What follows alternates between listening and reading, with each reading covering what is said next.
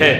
کچھ لوگوں نے جب یہ کہا کہ احمد رضا صرف فقیہ ہیں، یہ محدث نہیں، تو اس پہ عرب کے علماء نے اعلیٰ حضرت امام اہل سنت کو یہ لقب دیا، فرمایا احمد رضا صرف فقیہ نہیں، یہ امیر المؤمنین فی الحدیث بھی تھے، کہ جب ایک سوال اعلیٰ حضرت سے پوچھا جاتا، اب اس کا جواب ایک حدیث سے بھی آ سکتا ہے، لیکن ایک ایک فتوے پہ، ایک ایک استفتاء پہ امام احمد رضا سینکڑوں حدیثیں پیش کرے، تو یہ اسی کا کام ہو سکتا ہے جس کو اللہ نے حدیث کے اندر امیر المؤمنین بنایا ہو۔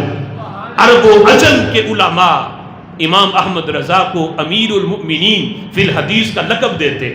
یہ لقب امام بخاری کا ہے حدیث کے اندر، امیر المؤمنین فی الحدیث، لیکن عرب کے علماء کہتے ہیں امام بخاری کا مقام اپنی جگہ پہ، لیکن امام بخاری کے دور، اگر اعلیٰ حضرت کے دور میں وہ بھی ہوتے تو امام بخاری بھی یہ کہنے پہ مجبور ہوتے کہ احمد رضا یہ امیر المؤمنین فی الحدیث ہے۔ اللہ نے ایسی مہارت اعلیٰ حضرت امام اہل سنت کو عطا فرمائی۔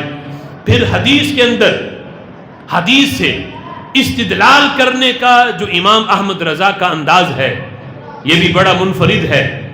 اعلیٰ حضرت امام اہل سنت نے المسند کے اندر ایک حدیث کو ذکر کیا اور اس کے آگے پھر معنی بیان کیے۔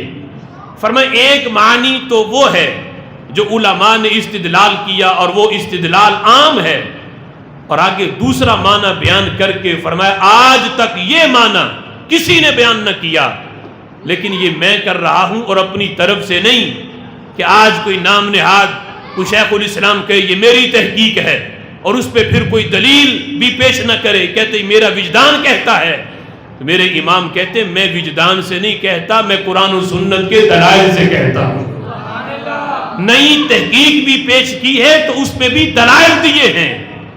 اعلیٰ حضرت امام اہل سنت نے حدیث پیش کرتے ہیں، جامع ترمذی کی حدیث ہے، نبی پاک علیہ الصلوۃ والسلام نے فرمایا اذا کان یوم القیامہ کنت امام النبیین وخطیبہم وصاحب شفاعتہم غیر فخر۔ حضور فرماتے ہیں لوگوں سنو، قیامت کا دن ہوگا، فرمایا میں تمام نبیوں کی امامت اللہ مجھے عطا فرمائے گا، آج بھی ہوں لیکن قیامت کے دن نبیوں کی امامت، تمام نبیوں کا امام میں ہوں گا، وَخَطِيبَهُمْ تمام نبیوں کا خطیب بھی میں ہوں گا۔ قیامت کے دن سارے نبی میرے مقتدی، میرے سامعین ہوں گے، ان سے خطاب قیامت کے دن میں کروں گا، ان کا امام بھی میں، ان کا خطیب بھی میں۔ اور فرمایا وَصَاحِبَ شَفَاعَتِهِمْ قیامت کے دن نبیوں کی شفاعت کا صاحب بھی میں ہوں گا، نبیوں کی شفاعت کا صاحب میں ہوں گا۔ لیکن حضور فرماتے ہیں غیر فخر، یہ بات میں فخر سے نہیں کہہ رہا، مجھے اس بات پہ کوئی فخر نہیں کہ نبیوں کا امام بھی میں ہوں، نبیوں کا خطیب بھی میں ہوں، اور نبیوں کی شفاعت کا صاحب بھی میں ہوں، غیر فخر۔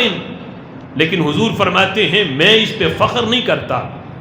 اب جامع ترمذی میں ایک حدیث یہ بھی ہے، میرے آقا فرماتے ہیں کل قیامت کے دن سب سے پہلے جنت کا دروازہ میں کھولوں گا، سب سے پہلے جنت میں داخل میں ہوں گا، سب سے پہلے جو ہے وہ میری شفاعت قبول کی جائے گی، سب سے پہلے جنت کا دروازہ میں کھٹکھٹاؤں گا۔ لیکن حضور فرماتے ہیں غیر فخر، مجھے اس پہ فخر نہیں۔ ایک حدیث فرماتے ہیں قیامت کے دن میرا جھنڈا لہرا رہا ہوگا، حضرت آدم سے لے کے عیسیٰ تک ہر نبی میرے جھنڈے کے نیچے ہوگا۔ لیکن فرمایا ولا فخر، مجھے اس بات پہ کوئی فخر نہیں، میں اس پہ فخر نہیں کرتا۔ ملا علی قاری رحمۃ اللہ علیہ نے اس حدیث کی شرح میں لکھا، فرماتے ہیں حضور فرماتے ہیں آدم سے لے کے عیسیٰ تک ہر نبی میرے جھنڈے کے نیچے، لیکن حضور فرماتے ہیں میں فخر نہیں کرتا۔ ملا علی قاری کہتے ہیں بات ہے تو فخر والی، بات فخر والی ہے، فخر اس پہ کرنا چاہیے۔ حضور فخر سے فرمائیں کہ آدم میرے جھنڈے کے نیچے ہے، ابراہیم خلیل اللہ میرے جھنڈے کے نیچے، موسیٰ کلیم اللہ میرے جھنڈے کے نیچے، عیسیٰ روح اللہ میرے جھنڈے کے نیچے۔ حضور کو اس بات پہ فخر کرنا چاہیے، لیکن حضور فرماتے ہیں میں فخر نہیں کرتا۔ تو ملا علی قاری نے بڑی پیاری بات لکھی، فرماتے ہیں حضور کا یہ فرمان، اس کا مطلب یہ ہے کہ آدم سے لے کے عیسیٰ تک ہر نبی میرے جھنڈے کے نیچے ہے۔ لوگوں سنو، یہ بات میرے لیے فخر کی نہیں، اس بات پہ تو نبیوں کو فخر کرنا چاہیے کہ اللہ نے انہیں میرے جھنڈے کے نیچے جگہ عطا فرما دی ہے۔ میں فخر کیوں کروں؟ اللہ نے تو مجھے بڑی شانیں دی ہیں۔ یہ تو بات ہی چھوٹی سی ہے کہ سارے نبی میرے جھنڈے کے نیچے، یہ میرے لیے فخر کی کوئی بات نہیں۔ اس پہ فخر نبیوں کو کرنا چاہیے کہ اللہ نے سارے نبیوں کو میرے جھنڈے کے نیچے جگہ عطا فرما دی۔ ولا فخرا، میں فخر نہیں کرتا۔ اب اس حدیث پہ حضور فرماتے ہیں میں نبیوں کی شفاعت کا صاحب ہوں، ولا فخرا، لیکن مجھے اس بات